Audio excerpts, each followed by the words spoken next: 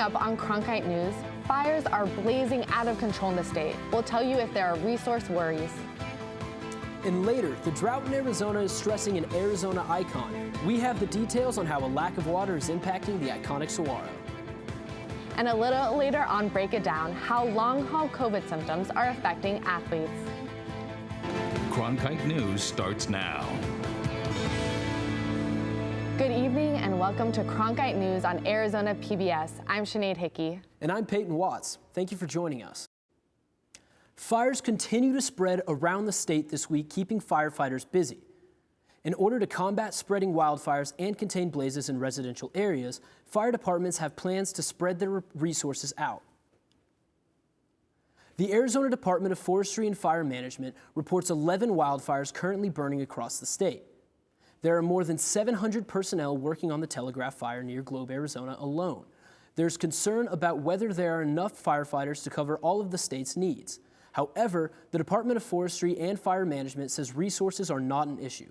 The state gets help from neighboring states for fire coverage, and the federal government will send support if fires are within their jurisdiction. Local fire departments say they are taking precautions to ensure there are plenty of firefighters on duty in residential areas.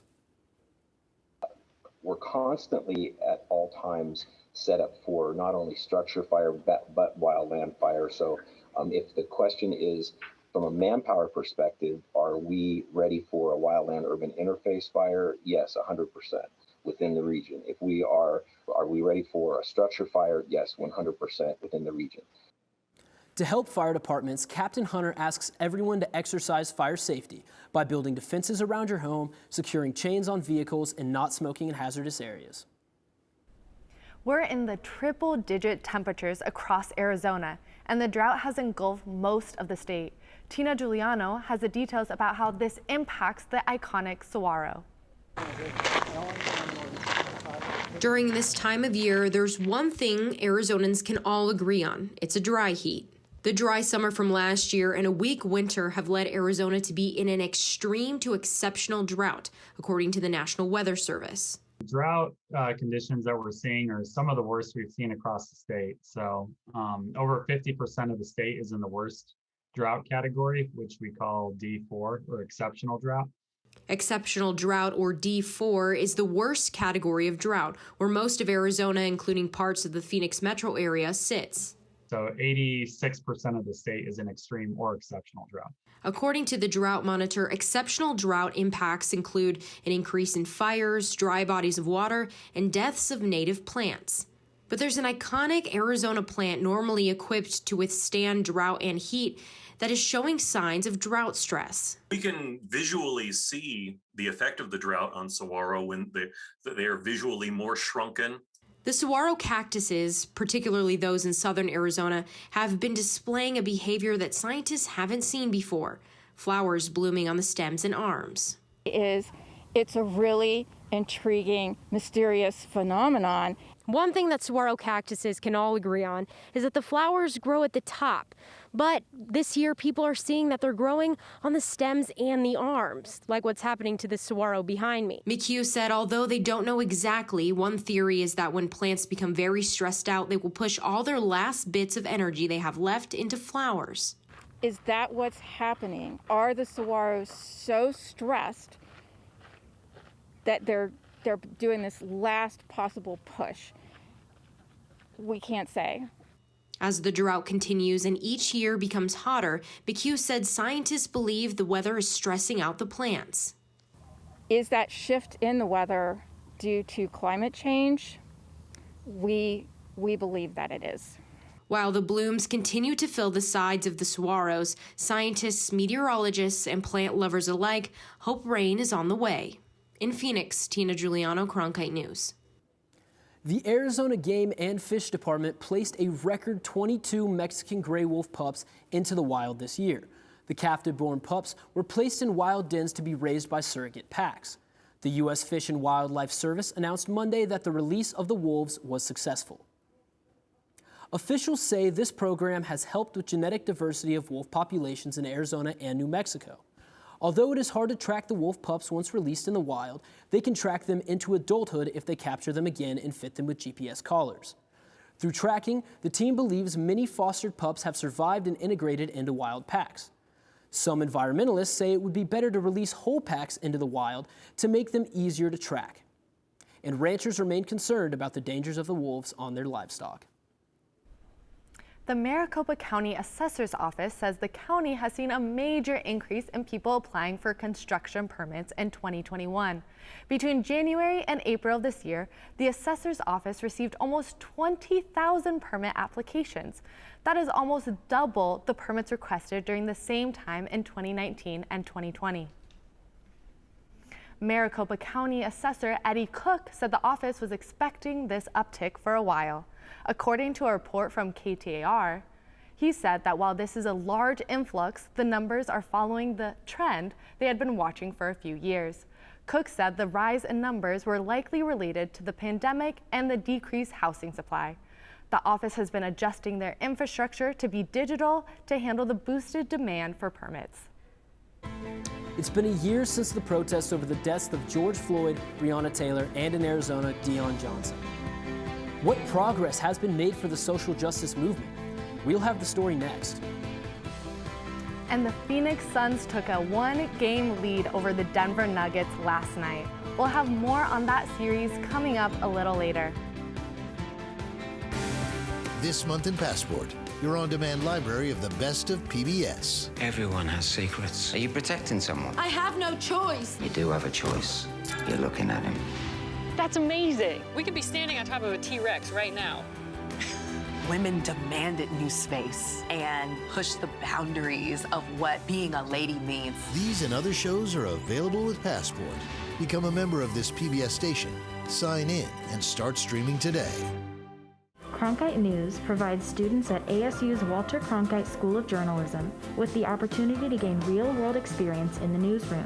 At Cronkite News, our students produce professional content for audiences by taking on all roles, whether they be reporting, anchoring, producing, or studio production. Each department gives students first-hand professional newsroom experience. For more information, visit cronkitenews.azpbs.org. Hey, I'm Rick Steves. You know, I don't go anywhere without my passport. And now, thanks to PBS Passport, you can travel with me and watch all 10 seasons of Rick Steves Europe and all my travel specials. This exclusive streaming service is just for our members. Not only can you see all my shows, but you can see thousands of hours of your favorite public television shows. Become a member today and get your passport. While the Black Lives Matter movement has been active for years, this past year, thousands more people participated around the world. After the murder of George Floyd in May 2020, social justice protesters erupted worldwide, demanding things such as police reform and economic and educational opportunities for communities of color. Reporter Isabella Fredrickson talked with experts in our community to see what kind of progress has been made 1 year later. This past year, the hashtag Black Lives Matter movement has gained enormous attention. The same day George Floyd was killed in Minneapolis, Deon Johnson, a black man, was killed by a Department of Public Safety trooper in Phoenix. Reflecting on this past year, President and CEO of Black Mothers Forum, Janelle Wood, explains how these events impacted 2020. I believe that with the unfortunate murder of George Floyd and Deon Johnson, I believe really magnified and brought to the attention of America as a nation the atrocities and the trauma that we have been facing for decades here in America. SYBIL Francis, the president and CEO of the Center for the Future of Arizona, says that this past year gave us all a time to concentrate on these issues. The 1 year anniversary of George Floyd's death, it really provided not just the Center for the Future of Arizona, but I think all of us with the opportunity to pause and reflect on the basic truth that we have work to do in achieving a just and equitable society. So where do we go from here? Wood says the key to moving forward is to unite and work together. One relationship Wood says needs work is the one between law enforcement and the Black community. Yes, we know there's a problem with law enforcement and the Black community. Yes, We know that they are targeting us at times, and we're being treated more with excessive force. We get that. But the only way we change this is to get to the table and develop relationships and humanize each other. Frances says from here we need to listen, then share. And I think it's been, on the one hand, heartbreaking, but also very inspiring to make change. In Phoenix, Isabella Fredrickson, Cronkite News. The Black Mothers Forum is one of many organizations that offer opportunities to come together and support communities of color. Recent events include a financial literacy webinar, and they are currently enrolling children in a summer empowerment program. Vice President Kamala Harris is visiting Mexico today as a part of her first international trip as VP. While in Mexico, she was working on what she called a new era in U.S. and Mexico relations. The goal of this international trip is to get cooperation from other nations on immigration challenges. Harris and Mexico's president met for over an hour in the presidential palace. Both witnessed the signing of a memorandum of understanding. The memorandum is a sign the two countries will work together to help with development programs in El Salvador, Honduras, and Guatemala. Major websites and apps went down earlier this morning, shutting down sites all over the world. Sites like Twitch, Reddit, the New York Times, and even the UK's government homepage all went dark. The problem appears to be related to an outage at Fastly, a cloud service provider. The San Francisco-based company acknowledged the glitch around 3 this morning. Fastly says the problem was fixed after about an hour. The company says the issue was an internal service disruption, not an outside agent. Fastly is a content delivery network that provides cloud service for websites, enabling them to store data like images and videos. The outage affected dozens of countries across the Americas, Europe, and Asia, as well as South Africa. I'm Emily Carmen. Coming up after the break, I'll have your Cronkite Sports Report, including how a local high school is giving those eager to learn about sports medicine a hands-on experience. This month in Passport, your on-demand library of the best of PBS. Everyone has secrets. Are you protecting someone? I have no choice. You do have a choice. You're looking at him. That's amazing. We could be standing on top of a T-Rex right now. Women demanded new space and pushed the boundaries of what being a lady means. These and other shows are available with Passport. Become a member of this PBS station. Sign in and start streaming today. Cronkite News provides students at ASU's Walter Cronkite School of Journalism with the opportunity to gain real-world experience in the newsroom. At Cronkite News, our students produce professional content for audiences by taking on all roles, whether they be reporting, anchoring, producing, or studio production. Each department gives students first-hand professional newsroom experience. For more information, visit cronkitenews.azpbs.org. Hey, I'm Rick Steves. You know, I don't go anywhere without my passport. And now, thanks to PBS Passport, you can travel with me and watch all 10 seasons of Rick Steves Europe and all my travel specials. This exclusive streaming service is just for our members. Not only can you see all my shows, but you can see thousands of hours of your favorite public television shows. Become a member today and get your passport.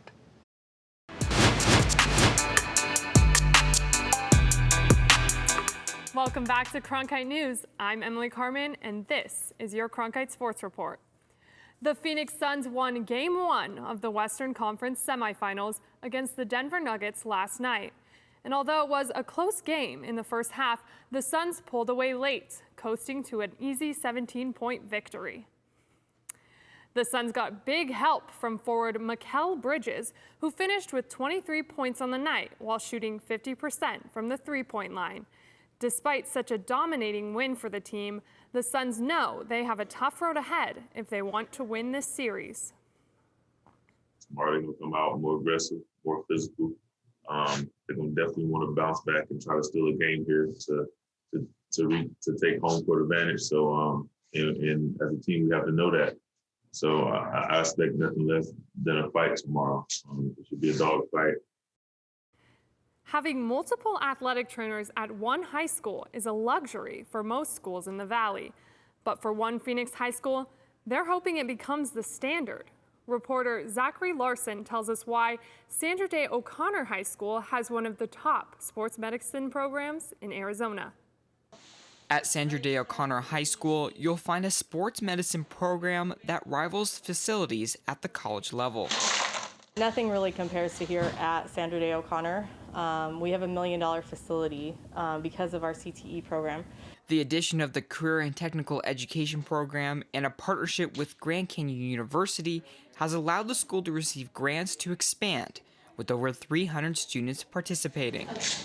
This whole athletic training facility and 2 classrooms were built on because the program had grown so much. It has given students like senior ELISE skaters an opportunity to gain real experience, as those at GCU hope to train at Sandra Day O'Connor. I've learned that a lot of them actually request to come here because of our athletic trainers, obviously, the facility that we have.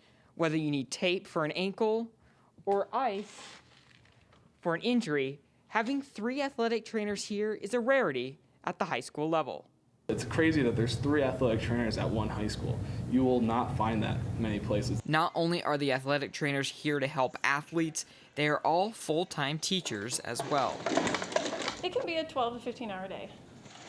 It does help that there's 3 of us here because then we won't burn out so much. Despite the grueling hours, it's becoming more important for schools to have an athletic trainer on staff. I think it's important to have an athletic trainer all the way down to 2A schools. You never know when that catastrophic event is going to happen. With nearly 1/3 of high schools in the United States not having access to an athletic trainer, the school hopes more will follow in their lead. In Phoenix, Zachary Larson, Cronkite News. Not only do students get the hands-on experience of working with athletes, they also have the opportunity to earn college credits while taking their sports medicine classes. And that's it for Cronkite Sports Report. Back to you, Sinead and Peyton. That's it for Cronkite News tonight. Thanks for joining us. Stay tuned for Break It Down. That's next.